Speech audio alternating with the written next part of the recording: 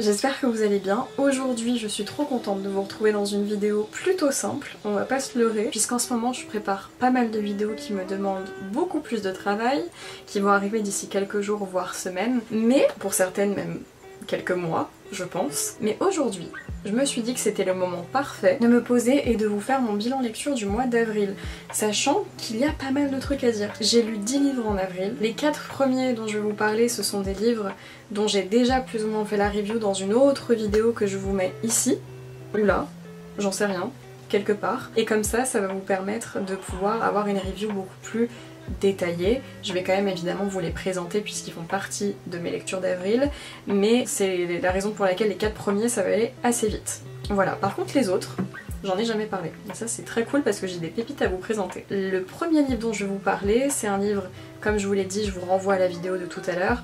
On est sur le tome 1 de Mal d'Aurore. C'est une trilogie que mon copain a acheté lors d'un salon, une trilogie jeunesse, que j'ai vraiment aimée. Je vais pas m'attarder dessus puisqu'il y a une vidéo déjà vraiment où j'ai pris le temps de tout expliquer, et surtout j'ai pas encore lu toute la trilogie, donc c'est compliqué d'émettre un avis dessus puisque je n'ai lu que le tome 1.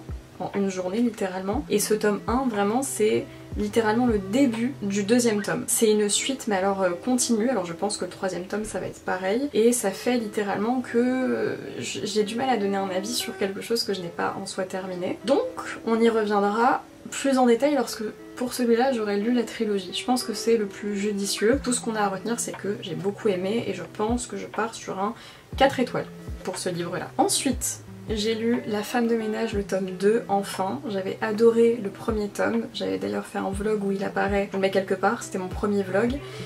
Je me suis lancée dans le tome 2, j'ai adoré, pareil il m'a pris une journée de lecture. Comment dire ? Alors par rapport au tome 1, j'avais pré-shot pas mal de petits trucs qui allaient se produire, quelques plot twists, donc j'ai envie de dire c'était du coup un peu moins prévisible à mes yeux. J'ai commencé suite à ça le tome 3 en audio, pareil au mois d'avril, mais je vais pas m'attarder dessus puisque je l'ai pas terminé. J'ai pas accroché pour le moment, j'avoue, donc à voir si je continue ou pas. Le tome 2 j'ai beaucoup aimé, je mets aussi 4 étoiles, et pareil je vous invite à retourner voir ma vidéo que je vous mets encore une fois quelque part si jamais vous êtes intéressé pour avoir une review beaucoup plus complète. Après ça, troisième livre que j'ai déjà présenté, il s'agit de La Psy, de la même autrice. J'ai adoré aussi, moins que La femme de ménage. Je vais pas le cacher, je pense que pour lui je pars sur un 3 étoiles, et encore, j'ai beaucoup aimé, mais c'était moins mon... Ouais. J'ai beaucoup aimé parce que j'arrivais pas trop à pré-shot les plot twists, même pas du tout, mais c'est vrai que c'était pas non plus un coup de cœur.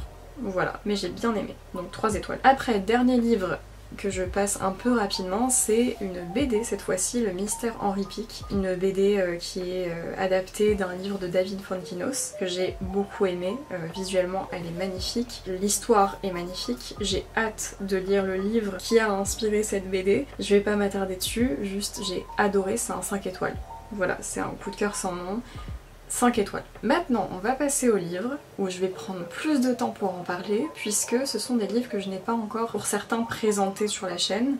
On va commencer avec La librairie des livres interdits de Marc Lévy. Pour le coup, celui-là, j'en ai déjà parlé, mais je vous en ai parlé avant même d'avoir terminé sa lecture. Et là, j'ai terminé depuis quelques semaines, donc c'est encore frais. Tout ce que je peux dire, c'est que c'est un livre que j'ai beaucoup aimé, vous vous en doutez. De toute façon, mon avis était déjà positif... Okay. De toute façon mon avis était déjà positif lors du moment où je l'avais présenté sans même l'avoir fini. On est sur un livre que j'ai apprécié par rapport à la plume de l'auteur. Je sais que ça divise pas mal de monde, la plume de Marc Lévy. On adore ou on déteste, c'est un peu ça. Moi j'ai beaucoup aimé, ça a été une bouffée d'oxygène ce livre-là. Ça n'a pas été un coup de cœur, donc pour moi c'est pas un 5 étoiles, c'est un 4. Peut-être 4,5. Mais j'ai beaucoup aimé, l'histoire est bien construite. On a plusieurs points de vue, les sujets abordés, je trouve qu'ils ont été bien abordés. Je sais que j'ai eu des commentaires constructifs, donc c'était trop cool, merci beaucoup, qui étaient justement pas du tout de mon avis et qui étaient un peu en mode...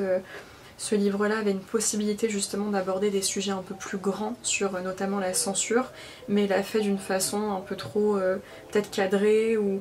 Et je peux comprendre ce point de vue-là. Je le partage pas forcément parce que je trouve qu'il y a quand même des choses qui sont mises en avant et que j'ai aimé la façon dont ça a été mis en avant.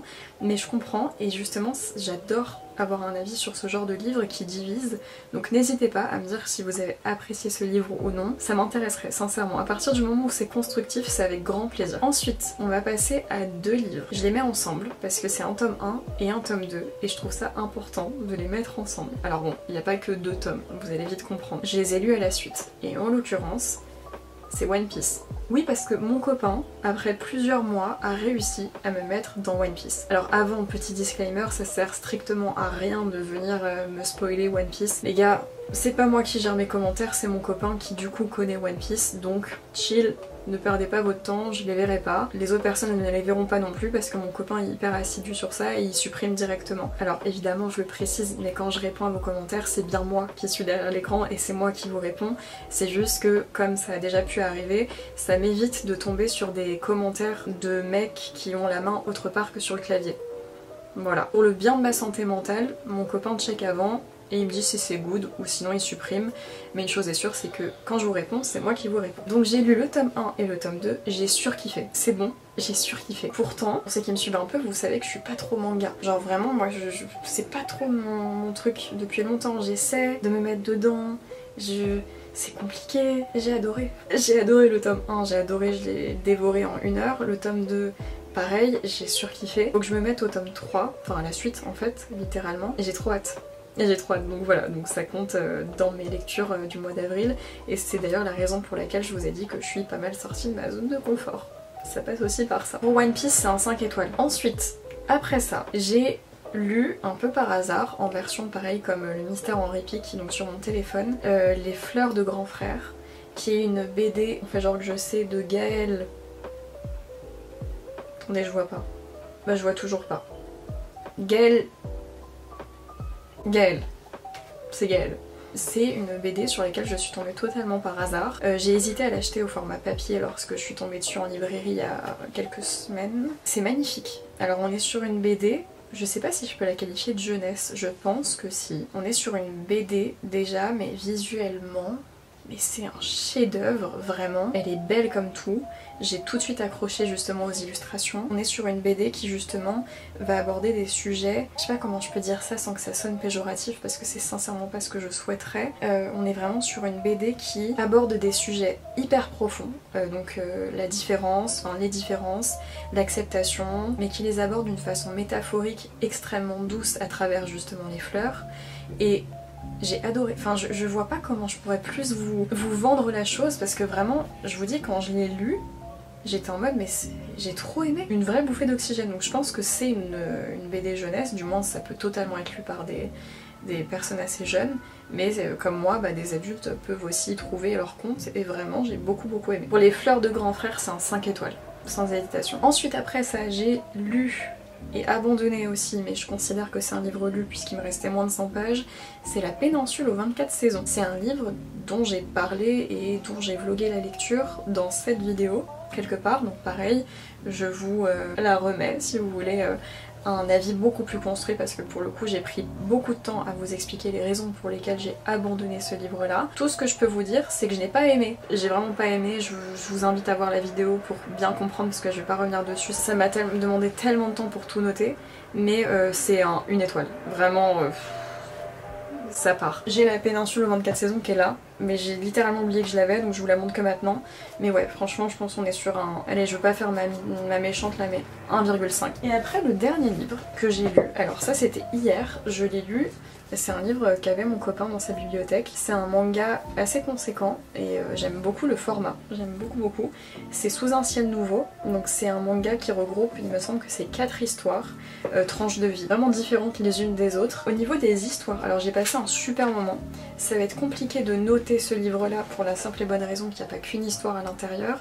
Si je devais mettre une note globale, je dirais 3 étoiles. Pourquoi? Parce que il y a des histoires à juste titre auxquelles j'ai plus accroché que d'autres. On est sur des histoires de tranches de vie. La majorité, si ce n'est la globalité des histoires, sont quand même relativement tristes, je trouve. La première histoire, on suit une famille dont les parents décèdent, donc c'est les grands-parents qui vont s'occuper des petits-enfants, qui vont reprendre un café, mais en fait eux-mêmes vont tomber malades. Il y a un aspect assez angoissant, mais heureusement ça se termine bien. Assez spécial, mais très attachant, donc j'ai bien aimé. Seconde histoire que je me remémore, c'est une histoire plutôt mimi, mais pareil, on a une histoire de décès, où en l'occurrence c'est un petit garçon qui adore jouer au baseball, et qui a perdu son père, donc il vit avec sa mère, et donc il n'y a pas de lien entre les histoires, hein, je précise. Et donc ce petit garçon là, il va un peu idolâtrer le fait que ses copains jouent mieux au baseball parce qu'ils ont leur père qui joue avec eux, et donc sa mère va se mettre à jouer avec lui. Voilà, c'est extrêmement court par rapport à la première histoire, c'est mimi,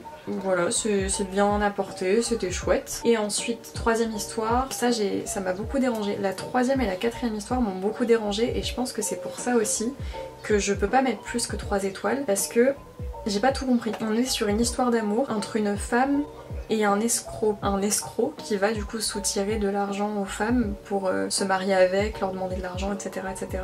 Pour lui-même avoir de l'argent parce qu'il a déjà une meuf, enfin bref, c'est hyper étrange. Sauf que cette fois-ci, oh mon dieu, plot twist, il tombe amoureux de la meuf. Et du coup il est en mode ouin ouin ouin, on peut pas s'épouser parce que quand elle a découvert la vérité, bah moi j'ai fait de la merde et tu mérites pas ça. Donc il va en tôle parce qu'il se rend en disant oh mon dieu je suis un mauvais garçon. Et cette meuf là est en mode oh, trop l'amour de ma vie, et voilà, ils finissent ensemble. Après la tôle, ils finissent ensemble. Pourquoi pas? J'ai même trouvé que c'était peut-être un peu... peut-être qu'on romantisait peut-être un petit peu le fait d'arnaquer des gens. Ouais. Voilà, c'était assez étrange, mais alors la dernière histoire je crois que c'est la plus étrange, et vraiment quand je l'ai fermée j'étais en mode... j'ai pas trop compris, dans le sens où on est sur une histoire où on a 2 personnes, donc 2 hommes, qui se remémorent des souvenirs de jeunesse lorsqu'ils se sont rencontrés en primaire, au collège, je crois plutôt, et ils se souviennent du fait que, pour mettre en avant justement l'importance de la vie, ils se souviennent du fait que leur professeur en commun, du coup, leur professeur commun au collège, leur a fait un espèce de cours très bizarre où il leur annonçait que c'était son dernier cours et qu'il allait mourir à cause d'un cancer. Le cours part un peu en steak.